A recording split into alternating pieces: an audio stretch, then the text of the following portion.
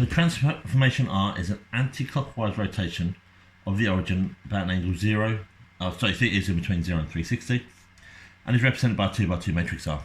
The transformation E is an enlargement of and the K has to be greater than 0 at the origin.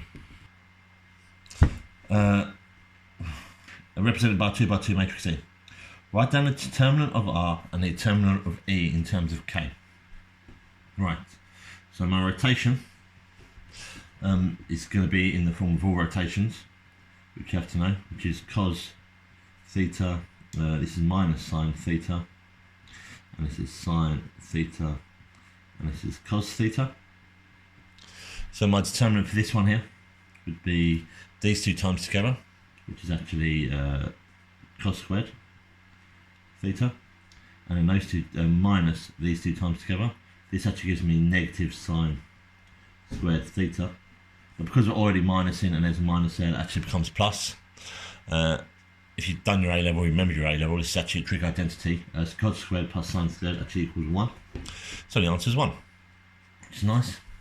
Now, if we think about the enlargement, my normal, let's do 1, 0, 0, 1.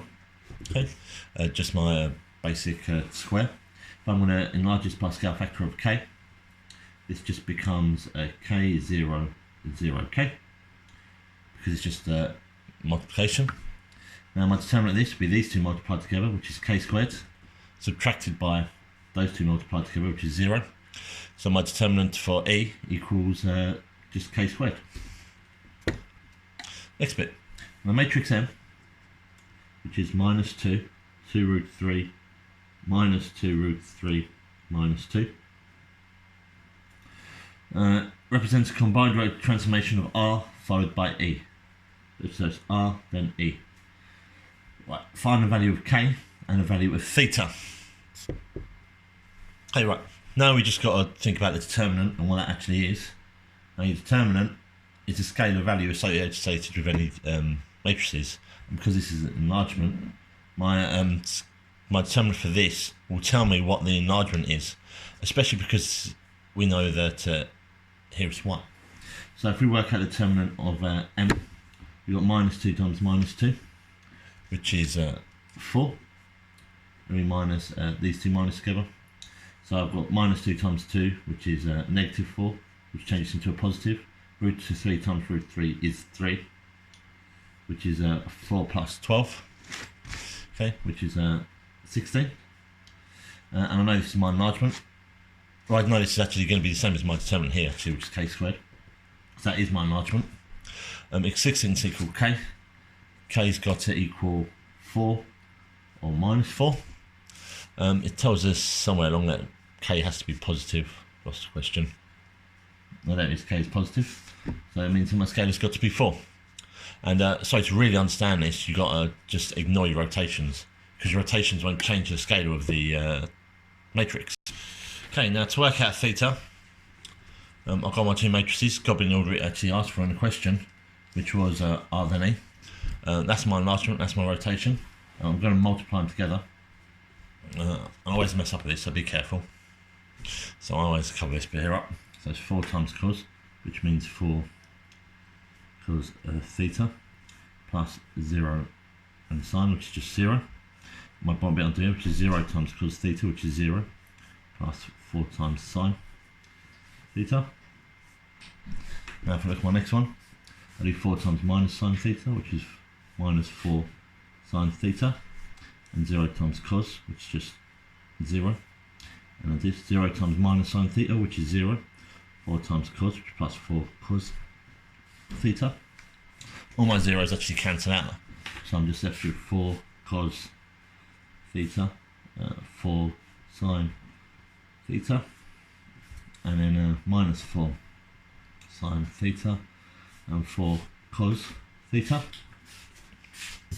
And from the question, I actually know the value of all of these, so that's exactly the same as minus 2 root 3, 2 root 3 and minus 2. Okay. And we all know that these are actually identical to each other, so we've got loads of equations we can choose from to really make. So I'm just going to make this one here. So I'm at 4 because theta has to equal -2. I can easily solve that. So I have to divide both sides by 4.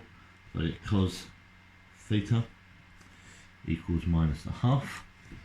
And we'll use my calculator to get what the angle is. It's just -1/2. Oh, it's half minus half. It's -1/2. Equals 120. It's always good to check this. So let's check it with this one here. 4 times. Oh no, let's do this one because that's a little bit different. -4 times sine 120. And minus 2√3. Minus 2√3. And then you notice that's a minus, and we really want it a positive. So we need to think about what other value could this actually be. So is there another value of cos of -1/2, which is 120? And you have to think about your cos curve. My pen's not working there. So 120 is there. So we've got to think of this distance here. And when you work it out, it actually ends up being 240.